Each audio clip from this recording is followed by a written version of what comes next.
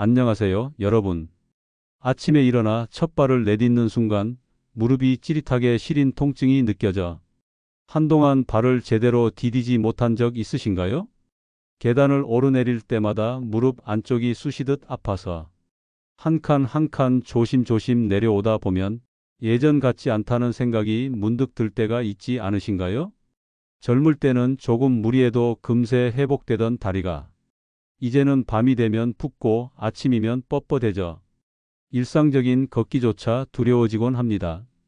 많은 분들이 나이가 드니 원래 그런 거겠지 하고 그냥 참고 지내십니다.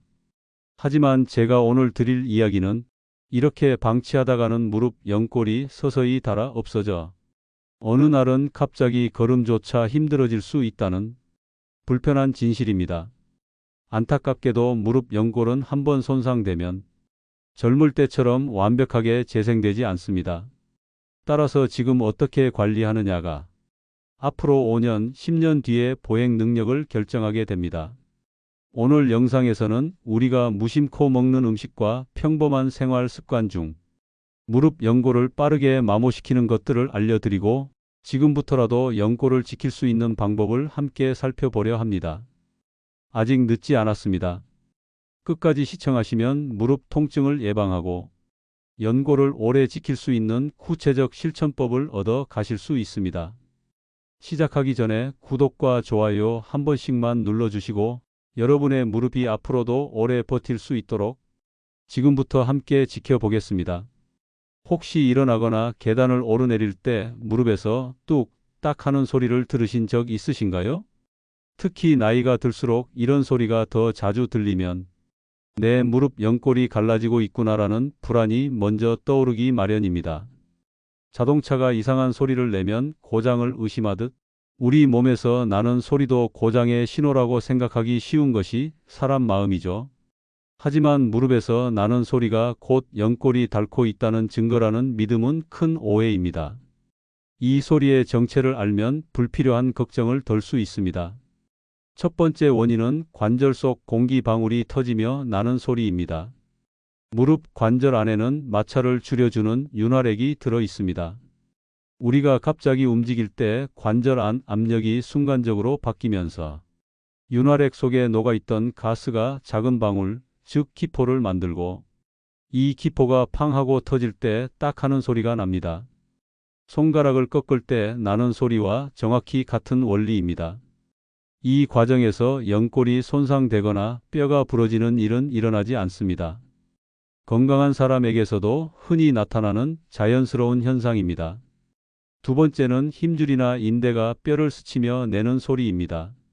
무릎 주변에는 다양한 근육과 힘줄이 얽혀 있는데 우리가 무릎을 굽혔다 펼 때 이 조직들이 뼈의 돌출 부위를 살짝 넘어가면서 찰칵거리는 소리를 낼 수 있습니다.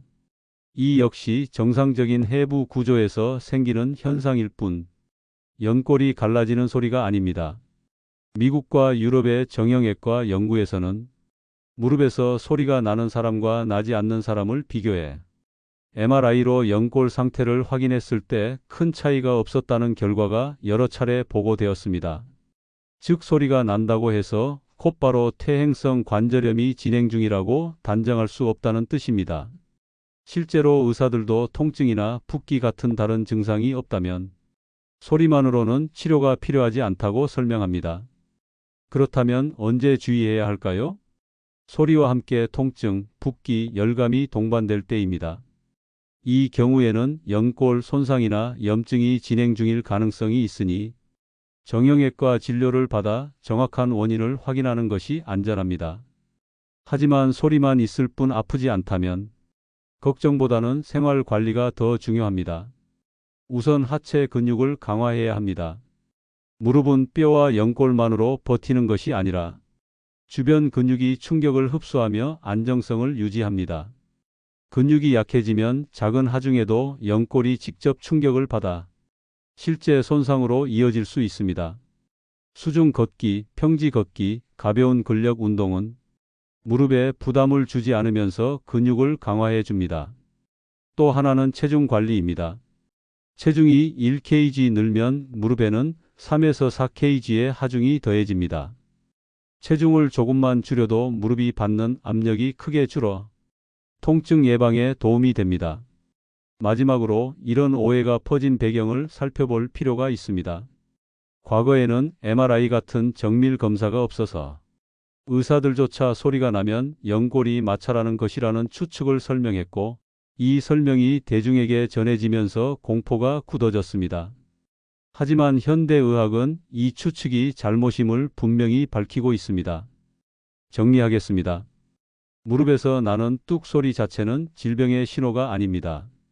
소리보다 중요한 것은 통증과 기능 저하이며 근육 강화와 체중 조절이야말로 연골을 오래 지키는 가장 확실한 방법입니다. 불필요한 공포를 내려놓고 오늘부터라도 가벼운 걷기나 하체 운동으로 무릎을 튼튼히 만들어 보시길 권합니다. 이번에는 우리가 평소에 건강식이라고 믿고 즐겨 먹는 음식이 사실은 무릎 연골에는 그리 좋지 않을 수 있다는 이야기를 해보려 합니다. 대표적인 예가 바로 붉은 고기, 내장류, 그리고 곶감과 말린 과일입니다. 이 음식들은 오랫동안 힘을 주고 기력을 보충하는 음식으로 알려져 왔습니다. 특히 단백질과 철분이 풍부하다는 이유로 나이가 들수록 챙겨 먹으라는 말을 많이 들어보셨을 겁니다. 하지만 무릎 관절만 놓고 보면 이야기가 조금 다릅니다. 먼저 붉은 고기를 살펴볼까요? 소고기, 양고기처럼 색이 진한 고기는 단백질과 철분이 풍부해 빈혈 예방이나 체력 보충에 도움이 될 것처럼 보입니다. 하지만 이 고기에는 포화지방이 많이 들어 있습니다. 포화지방은 몸속 염증을 높이는 물질을 늘려 무릎 안쪽 연골 주위에 염증이 생기기 쉽게 만듭니다. 또 붉은 고기 특유의 색을 내는 철분은 몸속에서 산화 반응을 일으켜 세포를 빠르게 손상시키는데 이 과정이 무릎 연골 세포에도 나쁜 영향을 줄 수 있습니다. 즉, 단백질 보충을 위해 고기를 먹는 것이 나쁘다는 뜻이 아니라 과하게 섭취하면 오히려 무릎 건강을 해칠 수 있다는 점이 중요합니다. 다음은 내장류입니다. 곱창, 간, 순대 속 내장 등은 고소한 맛과 독특한 풍미 때문에 나이가 들수록 더 찾게 되는 음식이죠. 하지만 내장에는 퓨린이라는 성분이 많이 들어 있습니다. 퓨린은 우리 몸에서 분해되면서 요산으로 변하는데 요산이 너무 많아지면 관절에 결정이 쌓여 통풍이나 염증성 관절염을 일으킬 수 있습니다. 무릎 관절도 예외가 아니어서 내장을 자주 많이 먹으면 관절에 불필요한 부담이 생깁니다. 특히 이미 무릎 통증이 있는 분들에게는 작은 자극에도 염증이 쉽게 생길 수 있으니 더욱 주의해야 합니다. 마지막으로 곶감과 말린 과일을 살펴보겠습니다. 곶감은 겨울철 대표 간식이고 말린 과일은 간편하게 비타민을 보충할 수 있는 간식으로 인기가 많습니다. 하지만 말린 과일은 수분이 빠지면서 당분이 매우 농축됩니다. 겉보기에는 같은 과일이라도 신선한 과일보다 혈당을 훨씬 빠르게 올리죠. 또 말리는 과정에서 생기는 당화물질은 세포를 빠르게 늙게 만들고 연골 속 단백질 구조를 변형시켜 탄성을 떨어뜨릴 수 있습니다. 당분과 당화물질이 많아지면 관절 안에 미세한 염증이 생기기 쉽고 이 염증이 쌓이면 연골이 서서히 닳아갈 위험이 커집니다. 그렇다고 해서 이제부터 이런 음식은 절대 먹지 말아야겠다라고 극단적으로 생각하실 필요는 없습니다. 이 음식들이 나쁘다는 것이 아니라 자주 많이 먹는 것이 문제입니다. 붉은 고기는 살코기 위주로 주 1회에서 2회, 한 끼 60g 정도가 적당하며 내장류는 가끔 특별한 날에 소량만 맛보는 정도가 좋습니다.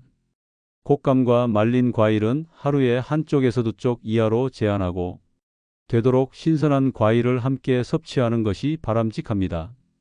또한 단백질과 철분을 보충하고 싶다면 붉은 고기 대신 생선, 닭가슴살, 두부, 콩류처럼 포화지방이 적고 염증을 덜 일으키는 식품을 우선 선택해 보세요. 간식이 필요하다면 신선한 과일이나 견과류가 훨씬 안전한 선택이 될 수 있습니다. 무릎 연골은 한번 손상되면 회복이 쉽지 않습니다. 따라서 염증을 키우거나 요산을 높이는 음식을 의식적으로 줄이는 것이 관절 건강을 지키는 가장 확실한 방법입니다. 오늘부터 장을 볼 때나 음식을 선택할 때 이 음식이 내 무릎에 어떤 영향을 줄까? 라는 질문을 한 번만 떠올려 보세요. 그 작은 생각이 앞으로의 보행 능력을 지켜주는 첫걸음이 될 것입니다. 무릎에 통증이 생기면 많은 분들이 가장 먼저 떠올리는 생각이 있습니다. 이제 움직이지 말아야겠다. 쓰면 더 다를 거야. 아픈 부위를 쉬게 해주는 것이 상식처럼 여겨지기 때문에 무릎 통증이 생기면 움직임을 최소화하려는 것은 자연스러운 반응입니다. 하지만 이 생각이 오히려 무릎 건강을 더 나쁘게 만들 수 있다는 사실 알고 계셨나요? 무릎을 완전히 쉬게 두는 것만으로는 통증이 사라지지 않습니다. 오히려 근육이 약해지고 관절이 더 불안정해져 연골이 받는 하중이 커질 수 있습니다. 무릎은 뼈와 연골만으로 움직이지 않습니다. 주변을 둘러싼 근육과 인대가 충격을 흡수하고 관절을 안정시키는 중요한 역할을 합니다.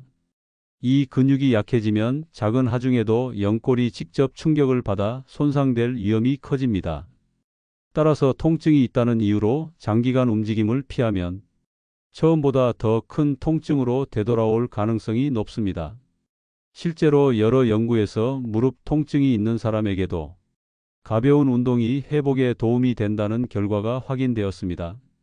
그렇다면 어떤 운동이 좋을까요? 가장 중요한 원칙은 충격을 최소화하면서 근육을 강화하는 것입니다. 걷기 중에서도 평지를 천천히 걷거나 무릎에 부담이 적은 수중 걷기가 대표적입니다. 물속에서는 체중이 분산되기 때문에 무릎이 받는 압력이 크게 줄어 근육을 안전하게 강화할 수 있습니다. 또한 실내 자전거는 무릎을 크게 굽히지 않으면서 허벅지 앞뒤 근육을 골고루 단련할 수 있어 추천됩니다.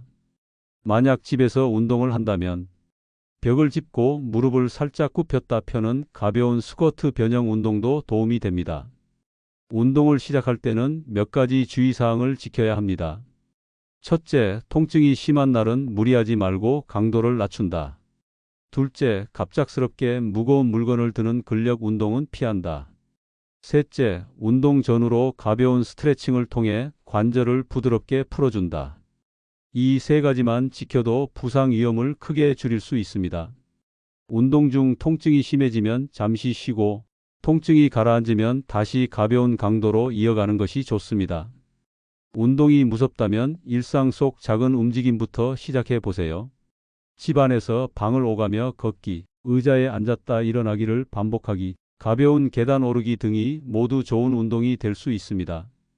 중요한 것은 무릎을 완전히 쉬게 두지 않고 지속적으로 움직여 근육을 유지하는 것입니다.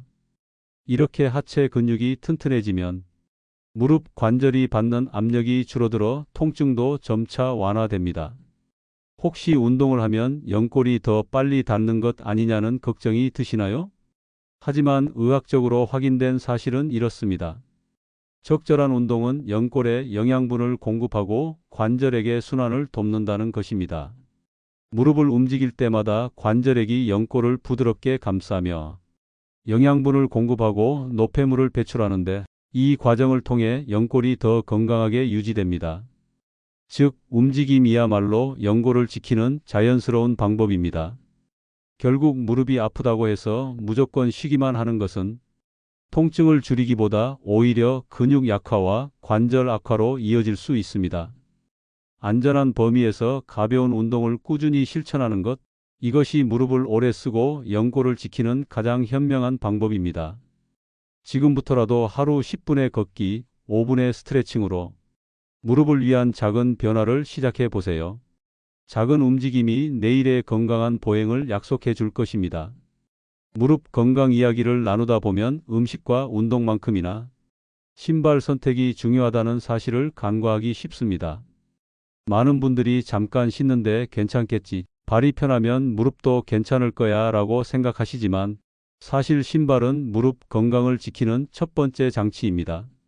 특히 굽이 높은 구두나 쿠션이 거의 없는 단단한 신발을 오래 신으면 무릎 연골이 받는 하중이 생각보다 훨씬 커집니다. 우리가 걸을 때 발은 땅과 직접 닿으며 체중을 가장 먼저 받습니다. 이때 발이 충격을 흡수하지 못하면 그 힘이 고스란히 발목과 무릎 그리고 고관절까지 전달됩니다. 굽이 높은 신발을 신으면 체중이 앞으로 쏠리면서 무릎 앞쪽 관절에 압력이 집중됩니다.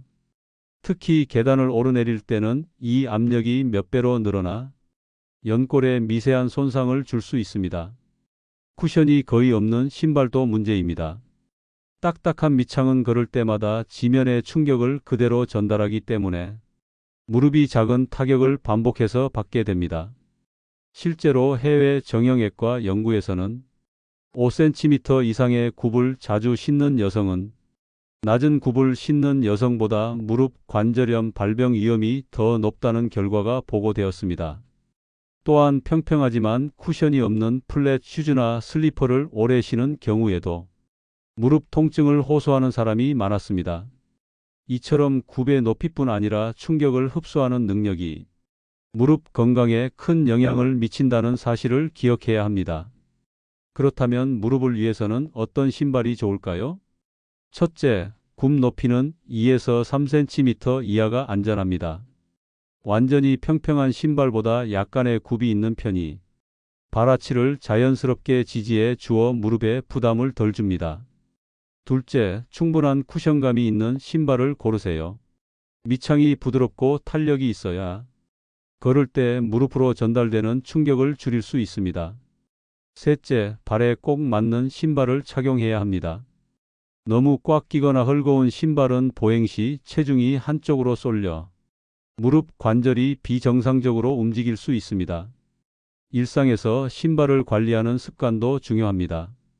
신발 밑창이 한쪽으로 많이 닳았다면 걷는 동안 체중이 균형 있게 실리지 않는다는 신호일 수 있습니다. 이럴 때는 새 신발로 교체하거나 교정 깔창을 사용해 발의 균형을 맞춰주세요. 또 오래 서 있어야 할 때는 중간중간 발을 풀어주고 가벼운 스트레칭으로 하체를 이완시키면 무릎이 받는 하중을 줄일 수 있습니다. 패션을 위해 잠깐 굽 높은 신발을 신어야 하는 날도 있겠죠.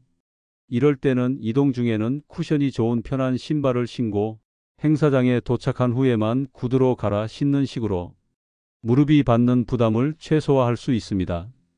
또한 신발을 벗은 뒤에는 종아리와 허벅지 근육을 가볍게 풀어 무릎 관절이 긴장하지 않도록 관리해 주는 것이 좋습니다.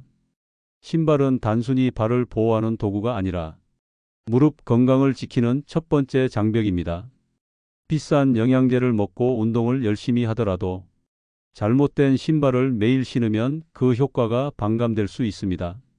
오늘 집을 나서기 전 내가 신고 나가는 신발이 무릎을 편안하게 지켜줄 수 있는지 꼭 한번 점검해 보세요.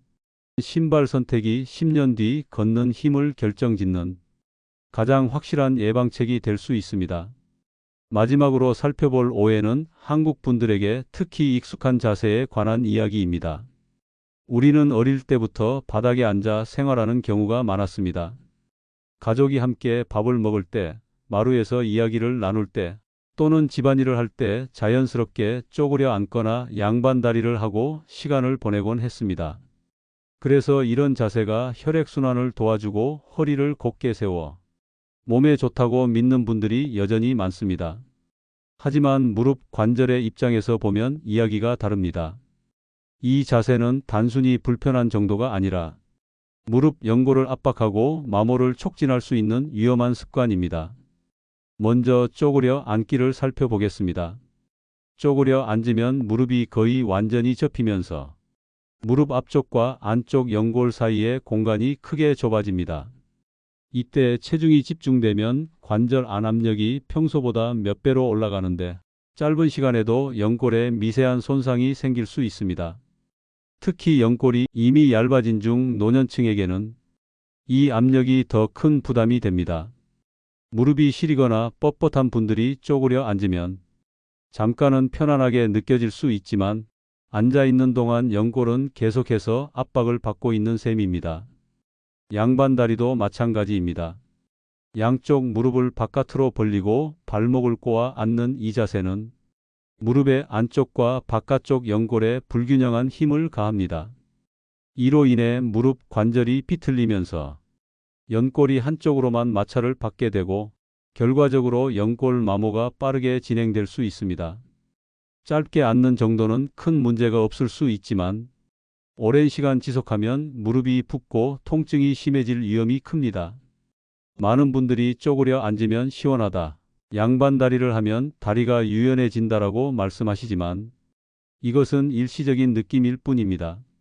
실제로는 무릎 주위 근육과 인대가 과도하게 늘어나면서 관절을 잡아주는 힘이 약해지고 장기적으로는 무릎이 더 불안정해질 수 있습니다. 혈액순환을 개선하기 위해 선택한 자세가 오히려 관절의 혈액 공급을 방해하는 역효과를 낳을 수도 있습니다. 그렇다면 어떻게 앉는 것이 좋을까요? 무릎 건강을 위해 가장 좋은 방법은 의자 생활을 기본으로 하는 것입니다. 의자는 무릎이 90도 정도로만 굽혀져 연골에 가해지는 압력을 크게 줄여줍니다. 부득이하게 바닥에 앉아야 한다면 짧은 시간만 유지하고 중간중간 다리를 펴주거나 무릎을 가볍게 스트레칭하는 것이 좋습니다. 작은 방석이나 낮은 스툴을 사용해 무릎이 완전히 접히지 않도록 하는 것도 도움이 됩니다. 일상에서 실천할 수 있는 간단한 대체 방법도 있습니다. 예를 들어 TV를 보면서 다리를 뻗어 앉거나 바닥에 앉아야 할 때는 한쪽 다리를 번갈아 펴주는 식으로 무릎의 압력을 분산시킬 수 있습니다. 또한 장시간 앉아 있어야 할 때는 30분에 한 번씩 일어나서 가볍게 걷거나 무릎을 펴주는 습관을 들이면 혈액순환에도 도움이 되고 연골 부담도 크게 줄어듭니다. 이제는 편리함보다 습관의 힘이 더 중요합니다. 무릎은 한번 손상되면 되돌리기 어렵습니다. 짧은 순간의 편안함을 위해 오래 쪼그려 앉거나 양반 다리로 시간을 보내는 것이 앞으로의 보행 능력을 위협할 수 있다는 사실을 기억하세요. 의자를 사용하는 작은 변화만으로도 무릎 통증을 예방하고 연골을 오래 지킬 수 있습니다. 오늘부터 집안에서라도 바닥에 앉는 시간을 줄이고 무릎이 편안한 의자 생활을 실천해 보시길 권합니다. 오늘 영상에서는 무릎 연골을 지키기 위해 반드시 알아야 할 5가지 오해와 진실을 차례대로 살펴봤습니다. 무릎에서 나는 소리부터 음식 선택, 운동 방법, 신발 고르기, 그리고 앉는 습관까지 작지만 중요한 생활 속 습관들이 무릎 건강을 크게 바꿀 수 있다는 점 이제 아셨죠? 이제 여러분도 오늘 배운 내용 중 하나만이라도 바로 실천해 보세요. 집에서 의자 생활을 조금 늘리거나 쿠션감 좋은 신발을 선택하는 것만으로도 무릎은 훨씬 가벼워지고 편안해질 수 있습니다. 작은 변화가 앞으로 10년, 20년 뒤의 걸음과 일상을 지켜줍니다. 여러분이라면 분명히 해내실 수 있습니다. 하루 5분의 스트레칭, 짧은 산책, 신발 하나 바꾸는 선택이 큰 변화를 만들어낼 것입니다. 저희 채널도 늘 여러분의 무릎 건강을 응원하겠습니다. 오늘 영상이 도움이 되셨다면 구독과 좋아요, 알림 설정으로 앞으로도 함께 건강한 생활을 이어가 주세요. 시청해 주셔서 진심으로 감사드리며 다음 영상에서도 더 튼튼한 무릎을 위한 지혜로 다시 찾아뵙겠습니다.